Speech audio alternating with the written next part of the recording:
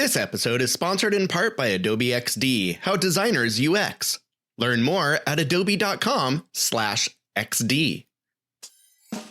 It's time for another installment of Brand of Brothers. My name is Doug Berger, and I will be your host through this branding journey. In this episode, I'm excited to share with you the latest in brand refreshes, a history lesson, wisdom nuggets, and Josh Smith, also known as Hydro74, stops in to tell us like it is. Let's get branding. Brand updates. Let's talk about our latest favorite brand refresh, New Holland Brewing. This one is exceedingly new, so it may not have made it to your neck of the woods just yet. So for those of you who haven't experienced it for yourselves, you can find it on our Instagram feed or on our website, brandshowlive.com. On a scale of resounding success to epic failure, was it the good, the bad, or the ugly? Well, it did make the favorite brand refresh segment, didn't it? So let's begin with a little backstory, shall we? Picture it, Michigan, on the shores of Lake Makatawa, very close to Lake Michigan. We're talking the southwest side of the Mitt, and of course, they have a really old windmill in what is now a bit of a tourist trap called Windmill Island Gardens. I'm pretty sure the island wasn't even an island to start with, but whatever. So anyhow, Holland, Michigan that is also home to the Tulip Time Festival. And in case I haven't managed to paint the picture for you just yet, this place is steeped in Dutch heritage. Well, in the 90s, Brett Vanderkamp, or maybe it's Vonderkamp, started New Holland Brewing. So not only did we get another craft beer company at the tail end of the 20th century, because, we needed one of those, we also got that questionably nostalgic millennia-era brewery logo with its kind of grungy, hand-hewn serif typography and oversized flanking letters stretching beyond the lips, which can't seem to contain the design elements to begin with. Even the windmill panels are busting through it. And how do I even know they're windmill panels, you ask? Well, there's illustrated wind. Duh. Anyhow, the rebrand is spectacular. Not because I wasn't a fan of the previous look. It's probably just because I'm a sucker for this kind of design. So Adam Dickerson, their brand manager, he's touting this Dutch word, gezellig. I'm so sorry if you speak Dutch. I still don't even know how to properly pronounce Van Gogh. Is it Van Gogh? Whatever. Gezellig. This word supposedly captures the spirit the brand is meant to convey, right? So it's innovative, it's welcoming, it's resourceful, it's cozy, it's friendly and relaxing. And holy shit, it does all of that. Rather than being a background element now, the windmill is brought front and center.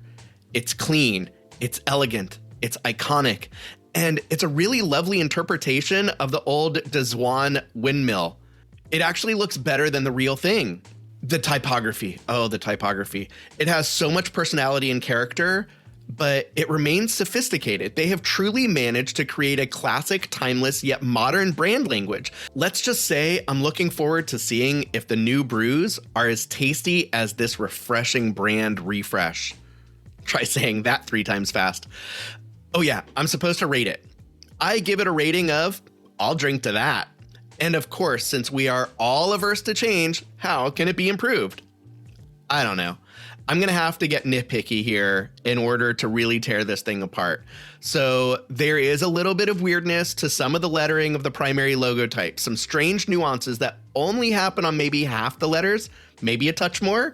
And there's some inconsistency in the weights and curves, but perhaps that's what gives it some of the charm that's so endearing. Nonetheless, I clearly enjoy this New Holland Brewing brand refresh. This New Holland brand refresh. Either way, I think it will look very good in my refrigerator. Favorite fonts. So, is it an oldie but a goodie or something fresh from the typographic oven? Well, The latest fave is relatively new if you look back 20 years ago like I do and go, holy shit, the year 2000 was 20 years ago? Anyhow, it's Gotham. As far as I'm concerned, this font family is pure royalty. I mean, not only is it quintessential typographic perfection, it has a sordid history full of drama and intrigue. No, seriously. So, first, this typeface was designed by Tobias Freire Jones, assuming I'm even pronouncing his name correctly. It seems to be an affliction of mine. And it was a little collaboration, or a collab, if you're hip with the lingo. Clearly I'm not, because I think it might actually be pronounced collab. What was I saying? Oh, right. With a little collab with Jesse Reagan. If you don't know who these legends are, because at this point, they're friggin' legends, it's totally worth looking them up. But Reagan was one of Freire Jones's proteges, and he created some killer typefaces, including Sentinel and Archer, as well as logo types for Glade and USA Today. Freire Jones, on the other hand, was one of the founders of Heffler Freire Jones, which is now Heffler and Company. Let's just say things didn't end very well. They settled out of court, yada, yada, yada. But while Jonathan Heffler and Tobias Freire Jones worked together, they created amazing logo types, fonts, font families, whatever you want to call them, typefaces for Wall Street Journal, GQ, countless others. I mean, Pentagram hired them, one of my favorite design studios that I may have a habit of referencing far too often. So a little backstory on Freire Jones. He's from Brooklyn. He received a BFA from RISD. Soon after, he joined Font Bureau, where, among other notables, he created the Interstate typeface. So, to say he's a typographic ninja would be an understatement. I swear his fonts just sneak up on you and smack you on the eyeballs. They're amazing. So long story short, Freire Jones now has his own workshop and is a professor or instructor or whatever the teacher title is that he has at Yale.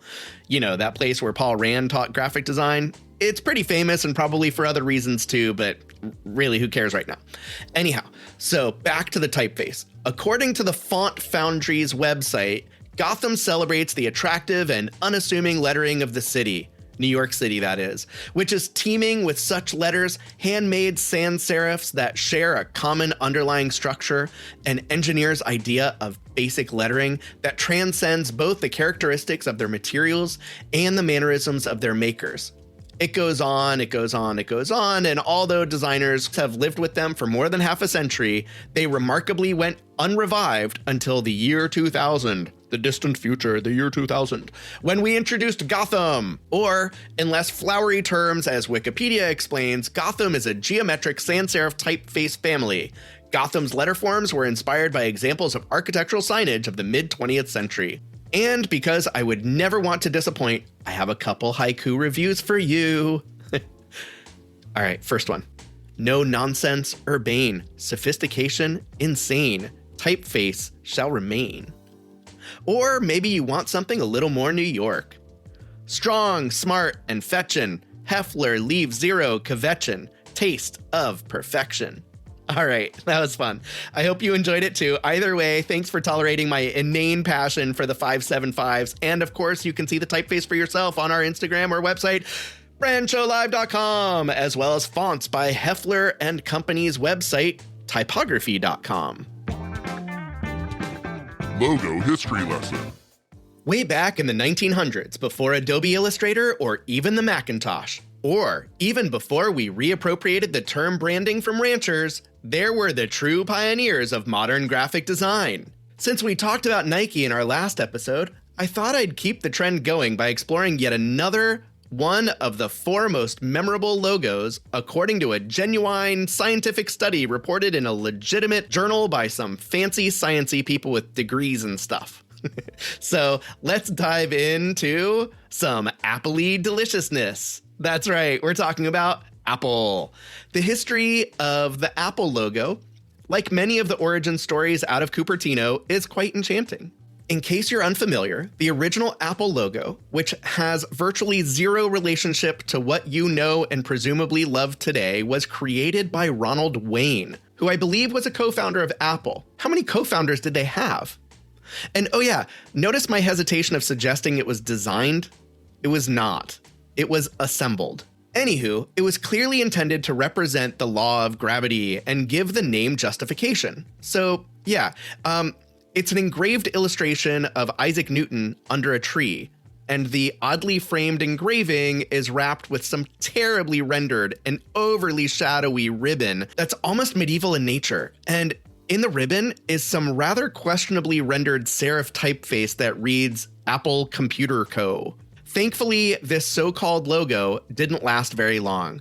This version was created in 1976, and in 1977, we are introduced to a much more graphic rendition by Rob Janoff, who worked with Regis McKenna as an art director and was tasked to design the logo for Steve Jobs.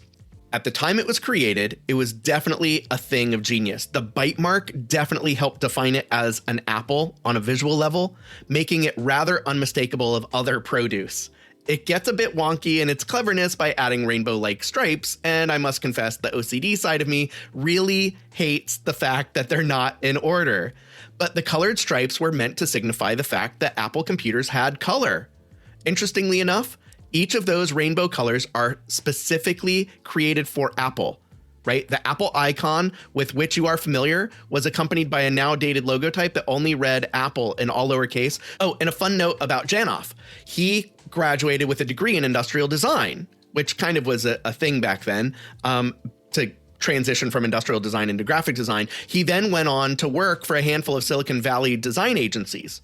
As a result of his vast design experience working with notable tech companies in the area, when he landed at Regis McKenna, his creative director tapped him to produce the corporate ID for Apple. Suffice it to say, his career has remained on solid footing ever since. But 7 years later, in 1984, branding powerhouse Landor Associates got their hands on the logo. They separated the glyph from the letter forms and gave the brand a new typeface. Permutations of that typeface would live on for quite some time during the glyph's lifetime. In 1988, Apple experienced a renaissance. And so too did its signature Apple icon. Bringing the design process entirely in-house, they turned the rainbow-ish logo mark into a glassy, jelly, three-dimensional, trendy mess. And as quickly as that happened, it became a solid flat graphic icon, which is actually what they use today. But so this was simple yet powerful. And in 2001, they chromified it. But apparently it was too chromy and not graphic enough, so they added a sliver of a reflection to disrupt the gradients. I gotta tell you, I really remember liking this back in 2007. And then in 2014 or so, we went back to the one color strikingly solid logo. And taking a cue from Nike, they dropped the logo type altogether. It's worth noting the logo mark's original basic design structure still remains today. That's pretty fucking impressive to me. So you're probably wondering, Doug, do you even like the Apple logo? This might be a really controversial response, and hopefully it doesn't get me into too much trouble, if any at all. I actually don't. It's gotten better over the years, I'll give it that, but when you actually take time to examine it, it's pretty fucked up. The design lacks visual harmony, despite the Fibonacci golden rectangle reverse engineering rationale. It's borderline discordant. Fuck math. If it doesn't look good, fix it. I feel the bite is just visually too high and the stem should be flipped so the visual weight is balanced, right? Like, why was this ever a thing? How come this was never addressed? Even Newton's third law suggests the logo is wrong. For every action, there is an equal and opposite reaction. So if the bite is on the right, shouldn't the stem be on the left? But of course, the logo is so ubiquitous, and we've seen it so often, we have become immune to its questionable design. If we flipped the stem, we would all look at it and go, oh, I guess I see what you're talking about. But it would look so weird to us since we are so used to seeing it executed with such imperfection. I mean, fuck, we've kind of been trained to like bad design. Look, it doesn't deserve an F+. Sorry for the Tenacious D reference. It does deserve a passing grade, however, like a good one, maybe a B, B+, possibly even an A-, but only if I've had a couple adult beverages. Let's just say it's no Nike swoosh. And for those keeping score, I'm talking about the refined swoosh, not the original swoosh. Oh shit. This is going to get me into more trouble than I thought it was, isn't it? Oh well, moving on. I should answer some questions. Inquiring minds. So we have a few fun questions. The first question is regarding Comic Sans. The second question is regarding picking color. And the third question is regarding brand advice for nonprofit organizations. So let's start with Comic Sans. So the answer is just no. There are so many better typefaces out there that aren't being used by elementary school teachers and novice designers, if you can even call them designers. So the answer is just no. So we're not going to give that question much more credence. I distinctly remember leaving a really bad review for a hotel that had a sign in Comic Sans. So then the next question is regarding color selection. So there's a lot of research that's gone into color theory and the psychological impact of color. So when working with a client, what makes sense is to establish what the tone is, right? So to come up with a method for identifying a handful of words that directly correlate to what you're trying to emote. And then when you have that grab bag of words, use existing science, leverage existing science. Now, obviously, it might be the color blue, but it doesn't have to be royal blue. It can be any shade of blue, so long as it still captures the core essence. Then advice for nonprofits. Wow. Really, the best advice I can offer is to find a design firm that is willing to partner with you, meaning they're going to basically donate 95% of their services. Never, ever, ever engage with someone who's just going to give it away for free. There are so many reasons why that is bad business.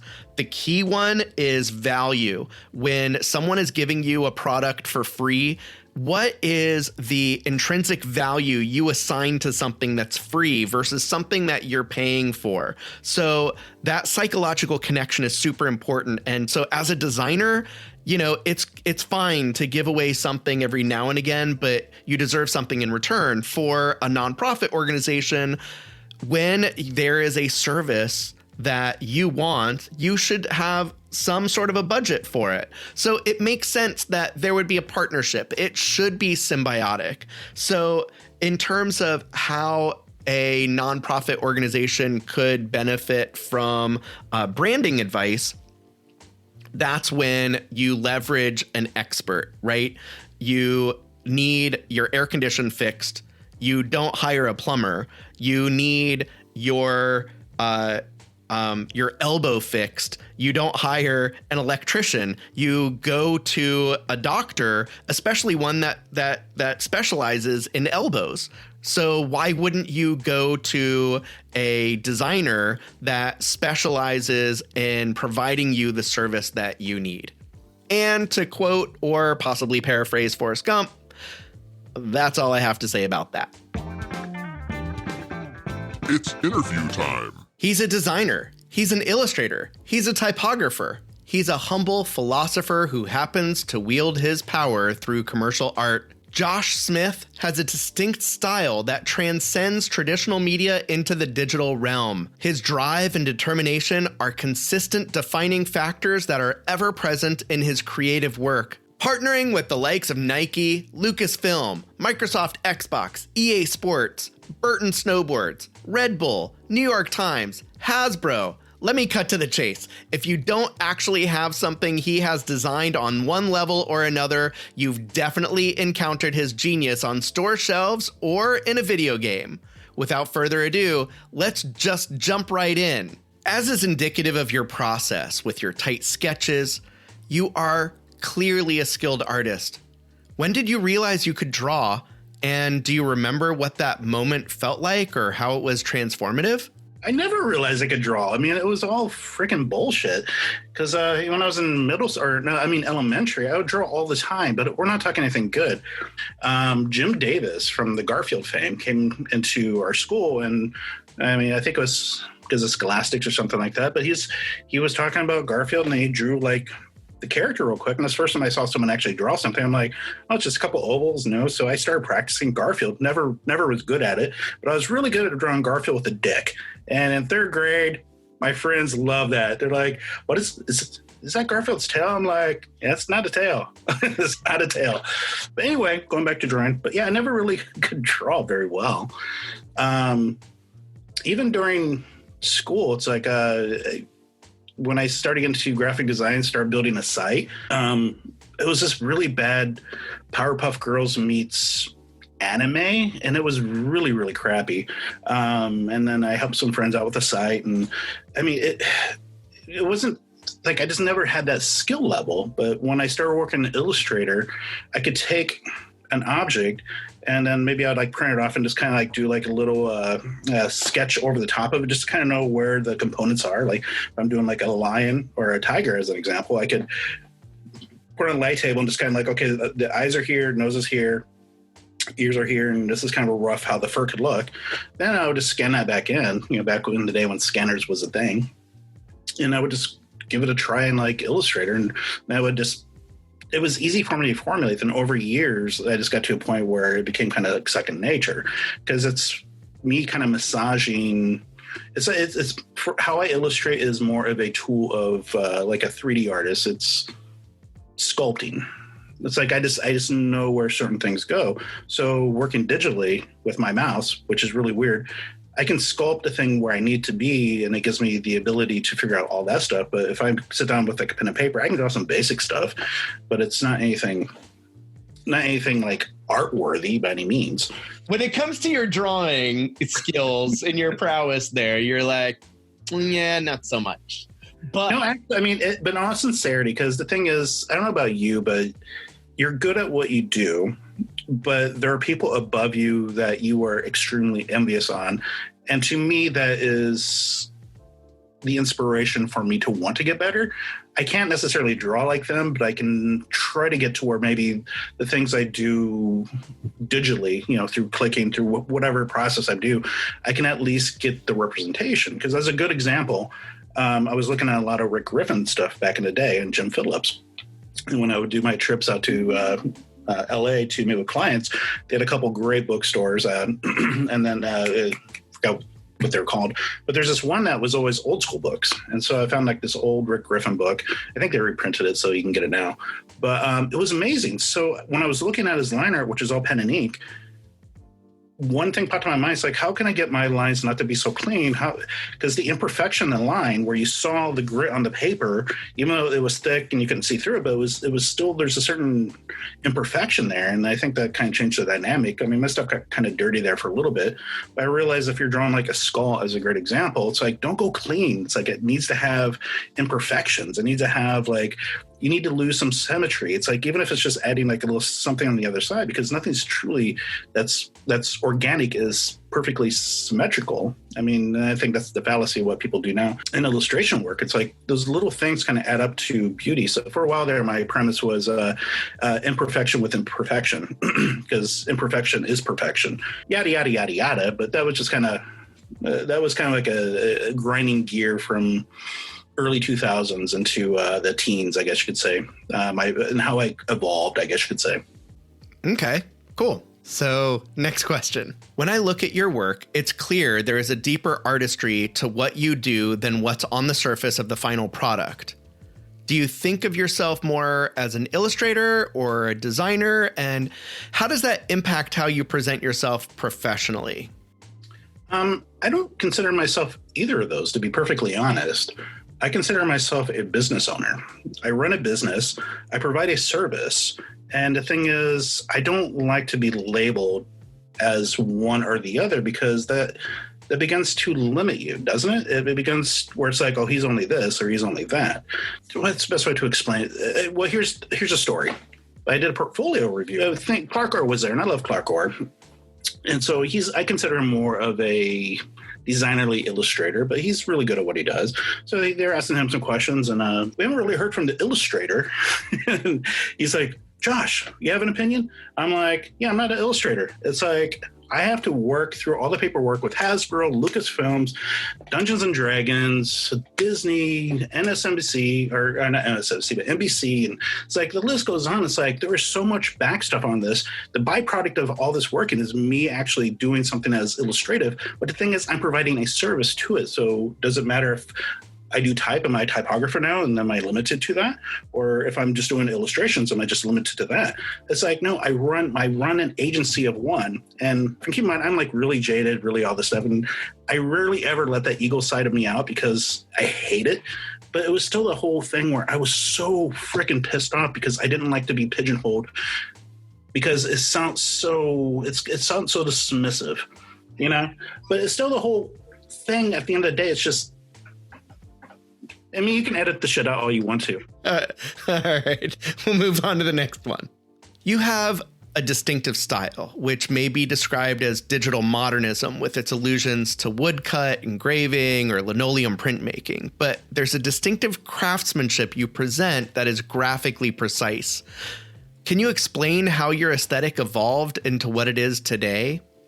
Well, I think it's just because with time and with the knowledge of the software, because, well, okay, I guess the best way to look at it is I think every designer has this system in play.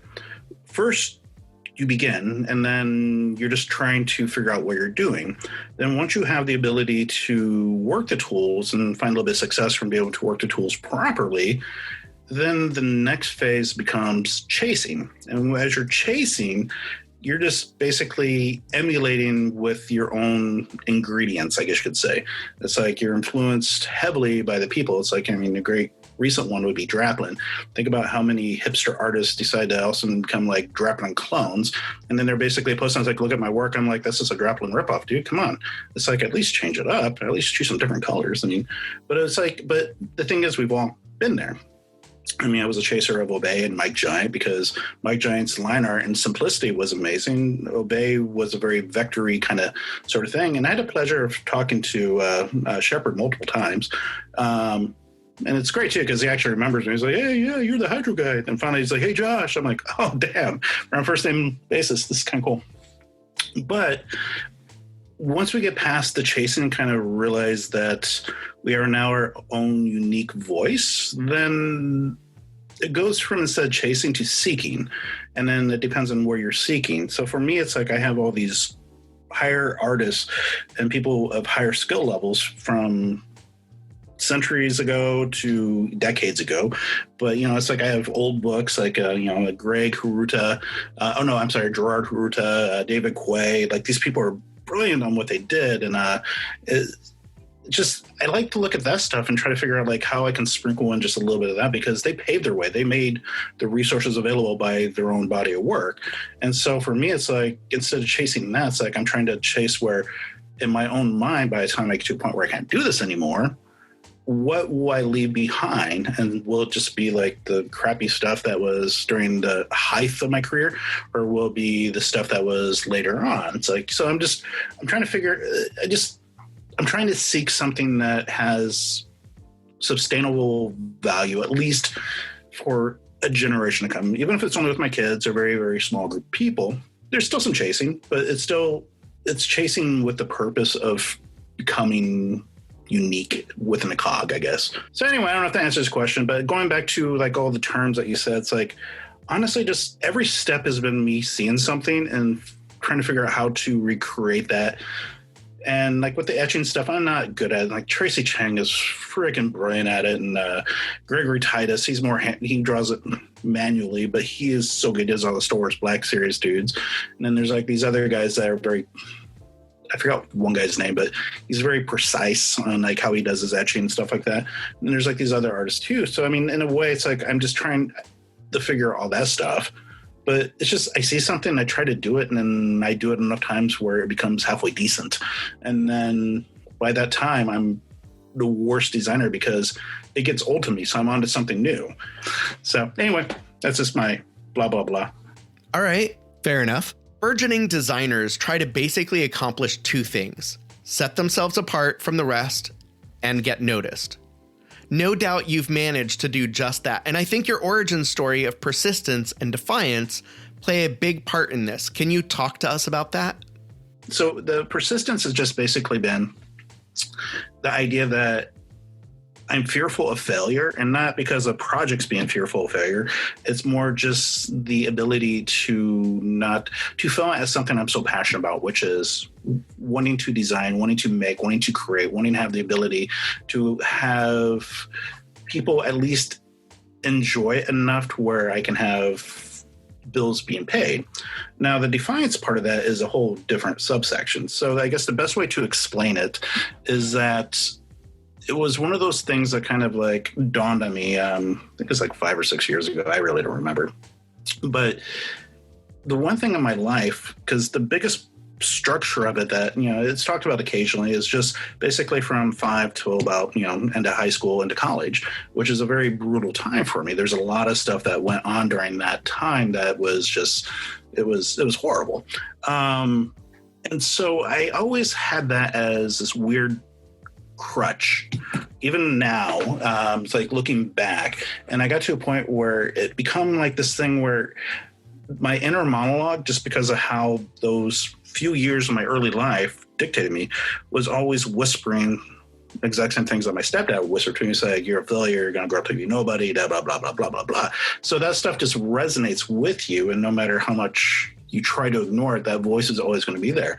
So when a project goes south, that voice comes up. If you get hit up for a gig, but then they decide to go with like this other designer or other agency, and you're kind of like, why are you going with them? My bid was cheaper and I can get this done half the time. It doesn't really matter, but still that whisper kind of comes in. Or late at night, you're watching like some movie, and then all of a sudden there's something that's just said there, has no relevance, and then that whisper comes again. So it became this mantra of being defined by defiance, and it's not defiance towards people. It's defiance against that inner monologue, the past, everything that tells you that you are a failure.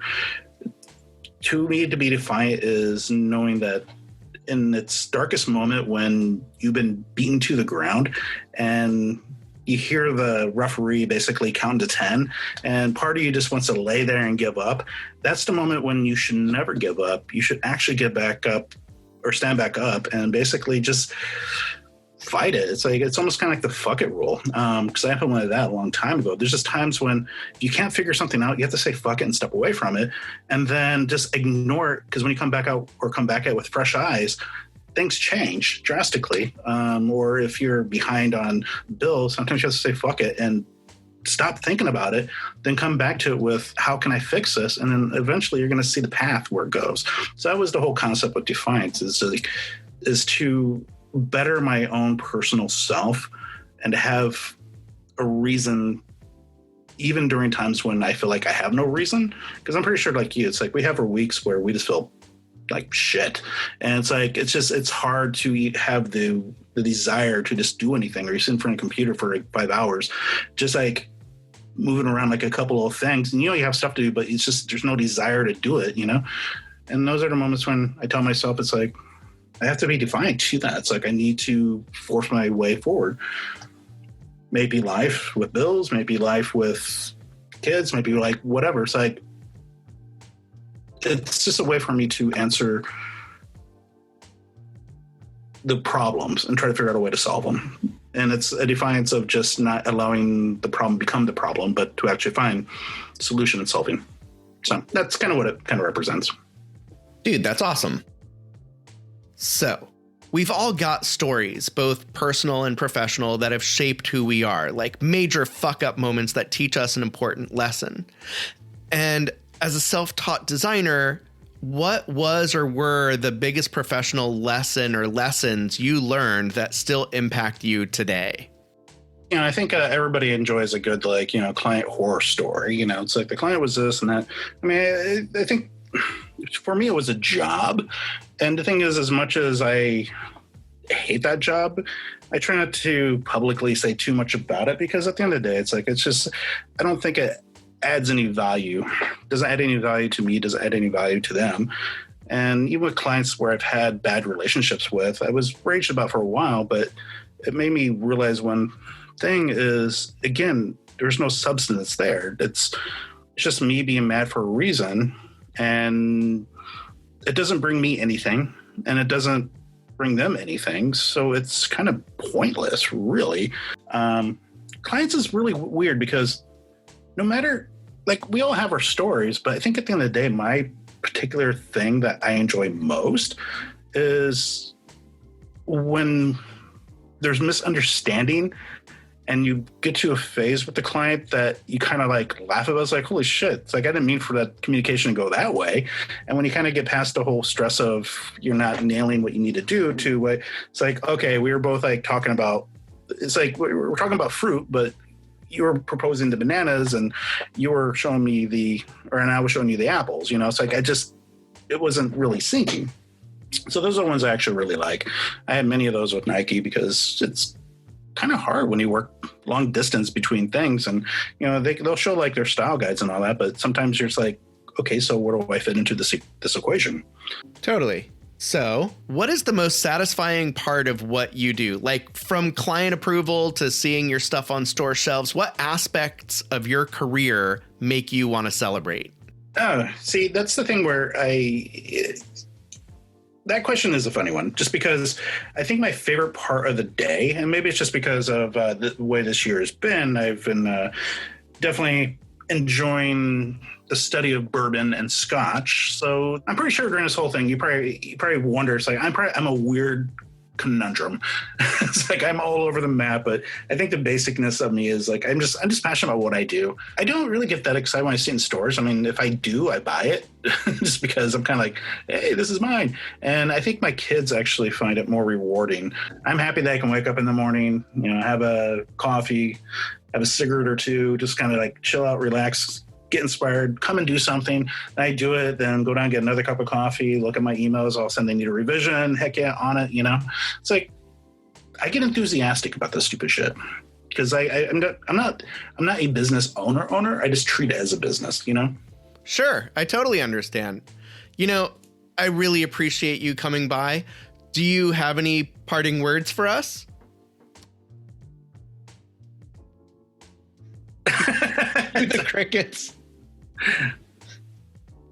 Is there something like I mean, parting words, okay, so I guess it just kind of depends on the audience, really, but I guess the parting words would be, it's just, if you're passionate about doing something, just do it with all your might.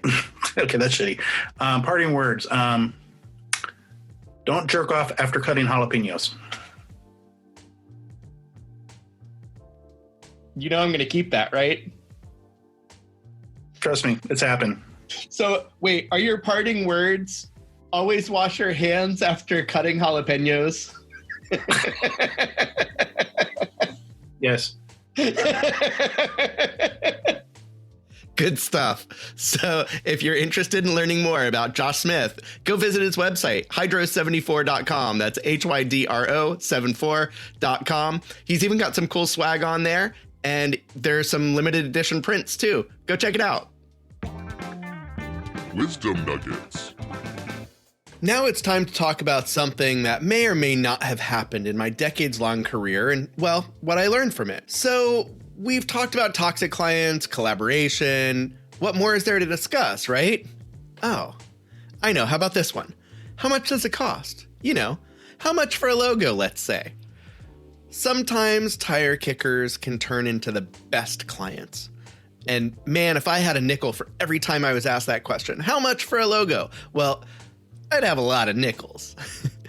I actually helped someone not long ago over on the Facebook. Her question was a bit on the complicated side and had nothing to do with pricing a logo in particular. Instead, it was about, so she's licensing t-shirt designs to a national park, which is pretty cool, if you ask me. Well, her desire was to establish a flat royalty percentage, but that creates a significant set of complications, especially without a pro forma or some kind of manner to establish projected units sold. In her case, I suggested she establish a flat rate based on the assumption she creates a design that never yields any purchases, because her work still has value, even if the distributor fails to successfully reach the appropriate target audiences. After all, why should she be penalized for their inability to exercise their part of the process? But then, if the design is inordinately successful, why shouldn't she be appropriately compensated?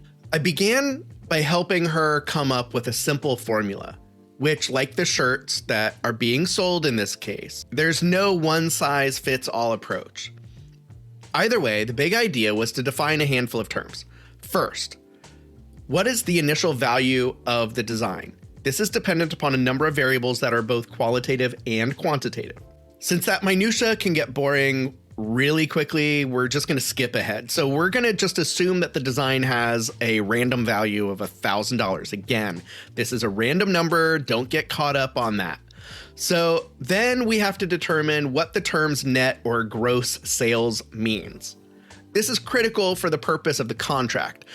I originally suggested she charge a percentage of gross sales. However, she opted for net sales, which in my opinion opens a much larger can of worms. I helped her define net in this context as a result, because what is net? So essentially, it's the cost of the actual textile, the shirt in this instance, the amortized cost of the silkscreen process itself. So basically, you're taking the cost of setting up the screens and then actually applying the ink to the substrate and dividing that by the number of shirts that are being made at that point in time based on that cost. And then any discounts all subtracted from the retail price.